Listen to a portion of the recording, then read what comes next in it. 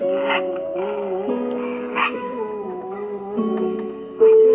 perdoe o meu desespero por sentir falta de você. Comi o controle da TV e baguncei seu quarto inteiro, mesmo sabendo que você iria ficar pra morrer. E quando eu fugi de casa, queria só me aventurar, sabia que ia me encontrar.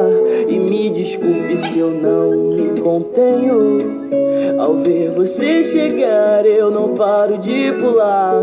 E sobre o lixo todo revirado, é impossível te negar, comida boa é a de lá. Sempre que você vai pro trabalho, eu morro de medo de não mais te ver.